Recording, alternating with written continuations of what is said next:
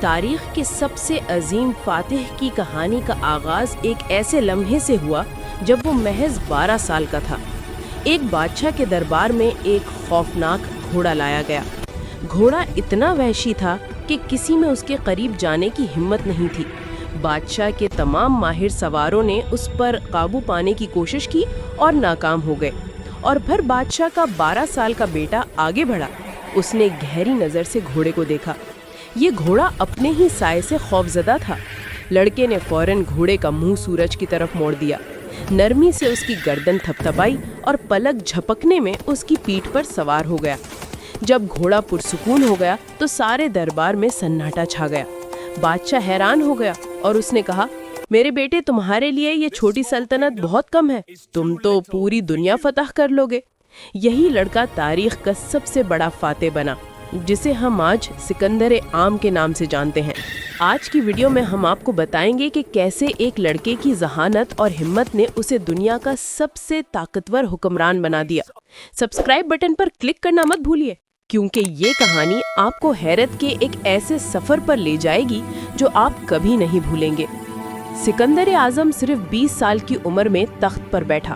25 سال کی عمر میں دنیا کی سب سے بڑی ایرانی سلطنت کو روند ڈالا، اور 32 سال کی عمر تک وہ دنیا کا سب سے طاقتور انسان بن چکا تھا۔ سکندر عام جب صرف 13 سال کا تھا تو اس کے والد نے اسے دنیا کے عظیم ترین فلسفی ارسطو کے حوالے کر دیا۔ ارسطو نے اسے صرف فلسفہ ہی نہیں سکھایا بلکہ اس کی سوچ کو وسیع کیا۔ ارسطو نے 13 سے 16 سال کی عمر تک اس کو فلسفہ، حکمرانی، جنگی حکمت عملی، منطق، طب اور سائنس کا علم دیا۔ ایک دن ارسطو نے سکندر سے کہا، دنیا صرف ایک نقشہ ہے اور تم وہ ہاتھ ہو جو اس پر نقش بنائے گا۔ تم زمین کی لکیریں بدل سکتے ہو اگر تم اپنی سوچ کو ہتھیار بنا لو۔ یہ الفاظ محض تعلیم نہیں، ایک چنگاری تھی۔ سکندر کی آنکھوں میں چمک آئی۔ وہ کھڑا ہوا اور آسمان کی طرف دیکھا۔ اس لمحے اس کے دل میں یہ خیال نہیں تھا کہ وہ ایک شہزادہ ہے، بلکہ یہ یقین تھا کہ وہ دنیا کا مالک بنے گا۔ اب سکندر کے دل میں صرف ایک طلب تھی، فتح۔ صرف میسڈونیا نہیں، ایشیا، افریقہ اور وہ زمینیں بھی جن کا نام اب تک کوئی نہیں جانتا تھا۔ اس نے فیصلہ کر لیا تھا کہ وہ نہ صرف تلوار کا شہنشاہ بنے گا بلکہ خیالات، فلسفے اور انسانوں کے جذبوں پر بھی حکومت کرے گا۔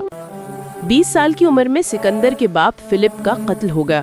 تاریخ دانوں کے مطابق یہ قتل ایک ذاتی دشمنی تھی، جبکہ کچھ لوگوں کے مطابق یہ قتل سکندر کی ماں اولمپیس نے کروایا تھا، کیونکہ فلپ نے سکندر کی ماں کو چھوڑ کر ایک اور عورت سے شادی کر لی تھی، اور سکندر کی ماں کو سکندر کے علاوہ ایک نیا وارث پیدا ہونے کا اندیشہ تھا۔ جس رات فلپ کا خون بہا، سکندر ایک شہزادے سے شہنشاہ بن گیا، مگر تخت پر بیٹھنا آسان نہ تھا۔ میسڈونیا کے دربار میں کئی دشمن تھے، اور یونان کے شہروں میں یہ افواہیں گردش کرنے لگیں کہ ایک بچہ بادشاہ بن گیا ہے۔ یہ موقع ہے سلطنت کی بنیادیں ہلانے کا۔ باپ کی موت کے بعد اس نے تخت سنبھالا۔ اس کے باپ کے قتل کے بعد ہر طرف بغاوتیں پھوٹ پڑی تھیں، لیکن اس نوجوان بادشاہ نے حیرت انگیز فیصلہ کن اقدامات کیے۔ کچھ لوگوں نے سوچا کہ یہ نوجوان بادشاہ کچھ دیر ہی حکومت کر پائے گا، مگر اس نے اندرونی سازشیں ختم کی، میسڈونیا میں استحکام پیدا کیا اور یونان کی ان ریاستوں کو بھی جھکا دیا جو سمجھتی تھیں کہ فلپ کے بعد میسڈونیا ٹوٹ جائے گا۔ تھیبس شہر میں بغاوت ہوئی تو سکندر نے سخت کارروائی کی۔ شہر کو مکمل طور پر تباہ کر دیا گیا تاکہ باقی ریاستیں عبرت حاصل کریں۔ اس کے بعد سکندر نے ایک نئی سمت میں قدم رکھا، مشرق کی طرف، جہاں ایران کی عظیم سلطنت اس کا انتظار کر رہی تھی۔ راستے میں کئی چھوٹی ریاستیں آئیں جنہیں یا تو فتح کیا گیا یا ان سے اتحاد کر لیا گیا، مگر اصل مقابلہ ایران کے شہنشاہ ڈیریس سے تھا۔ ڈیریس کے پاس لاکھوں کی فوج، بے پناہ دولت اور ایک وسیع سلطنت تھی، مگر سکندر کے پاس صرف 40,000 منتخب سپاہی تھے اور ایک ناقابل شکست جنونی عزم۔ پہلی بڑی ٹکر اسس کے مقام پر ہوئی۔ سکندر نے ڈیریس کے خلاف چالاکی سے منصوبہ بنایا۔ اس نے دشمن کی صفوں میں خلل ڈالنے کے لیے اپنی گھڑ سوار فوج کا استعمال کیا اور جنگ کو ڈیریس کی فوج کے مرکز تک لے گیا جہاں ڈیریس خود موجود تھا۔ جنگ کے دوران ڈیریس خوفزدہ ہو کر میدان چھوڑ کر بھاگ گیا اور اس کا خاندان سکندر کی قید میں آ گیا۔ اس کی ماں، بیوی اور بیٹیاں مگر سکندر نے ان کے ساتھ عزت کا برتاؤ کیا۔ اس نے ڈیریس کی ماں سے کہا، میں تمہیں ایک دشمن کی ماں کے طور پر نہیں بلکہ ایک ملکہ کے طور پر عزت دوں گا۔ یہ اقدام سکندر کے دشمنوں کو بھی حیران کر گیا۔ ڈیریس اپنی شکست کے بعد دوبارہ فوج جمع کرنے لگا۔ اس نے سکندر کو خط بھیجا کہ چلو ہم آدھی دنیا بانٹ لیتے ہیں، تم مغرب رکھ لو، میں مشرق رکھ لیتا ہوں۔ سکندر نے انکار کر دیا اور بولا، ایک سورج کے نیچے دو بادشاہ نہیں ہو سکتے۔ اگلی بڑی فیصلہ کن جنگ گوگا مل کے مقام پر ہوئی۔ اس جنگ میں بھی ڈیریس کی فوج تعداد میں بہت زیادہ تھی، مگر سکندر کی حکمت عملی، نظم و ضبط اور سپاہیوں کی وفاداری نے ایک بار پھر فیصلہ کن کردار ادا کیا۔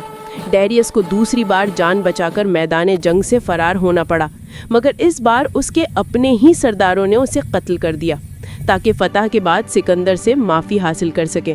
جب سکندر کو ڈیریس کی لاش ملی تو وہ غمزدہ ہو گیا۔ اس نے ڈیریس کے قاتلوں کو سزا دی اور اسے شاہی اعزاز کے ساتھ دفن کروایا، اور اب وہ ایران کی عظیم سلطنت کا حکمران بن گیا۔ ایران میں فتح کے بعد سکندر کی کامیابی کا ڈنکا پوری دنیا میں گونجنے لگا اور اس کا نام طاقت کی علامت بن گیا۔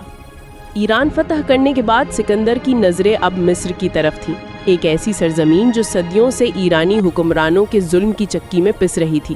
جب اس کی فوج دریائے نیل کے کنارے پہنچی تو حیرت انگیز منظر سامنے آیا۔ مصریوں نے اسے ایک نجات دہندہ کے طور پر خوش آمدید کہا۔ یہاں کے مذہبی رہنماؤں نے سکندر کو فرعون کا مقدس خطاب دیا، جو اس وقت مصر کے حکمران کا قانونی عہدہ ہوتا تھا۔ لیکن سکندر نے صرف ایک فاتح کی طرح حکومت نہیں کی، اس نے ایک عظیم منصوبے کا آغاز کیا۔